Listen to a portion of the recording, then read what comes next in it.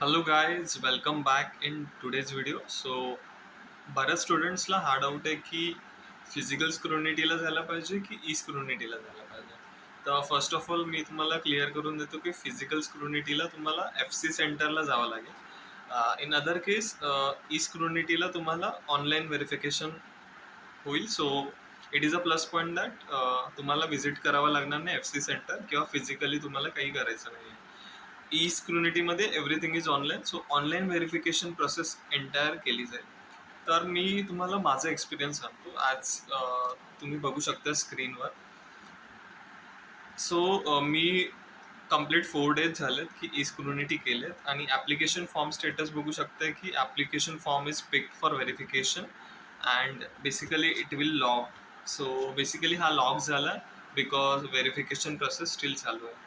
तर दोन्ही प्रोसेस तुम्ही बघू शकता तुम्हाला कोणती जास्त फिजिबल आहे. जर FC सेंटर तुमच्या घरापासून जवळ असेल तर फिजिकल व्हेरिफिकेशन रेकमेंडेड आहे. जर सेंटर लांब असेल तर तुम्ही ऑब्व्हियसली ई स्क्रुनिटी थ्रूही जाऊ शकता.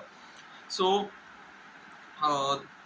ही एक खूप चांगली सर्व्हिस आलेली आहे लेटेस्ट अपग्रेडनुसार. सो आय विल रेकमेंड, जर तुमची FC सेंटर जवळ असेल तर please go and do the verification because ते तुमचं ऑन द स्पॉट होऊन जाईल.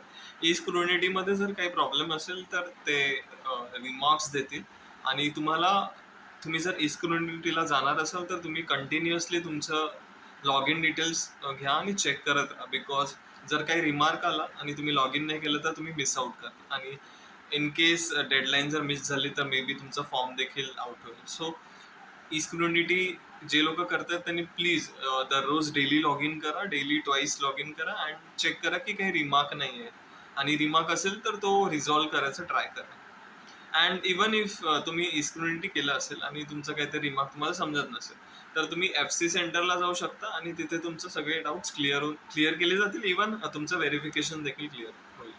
सो तुम्ही दोन्हीपैकी कुठली फिजिबल मेथड तुम्ही ट्राय करू शकता जी तुमच्यासाठी योग्य आहे. सो दोन्ही मेथड व्हेरिफिकेशनसाठीच आहे. सो येस, अजून काही डाऊट्स असतील तर प्लीज कॉमेंट सेक्शनमध्ये कॉमेंट करा आणि येस, थँक्यू आणि सबस्क्राईब करा चॅनल.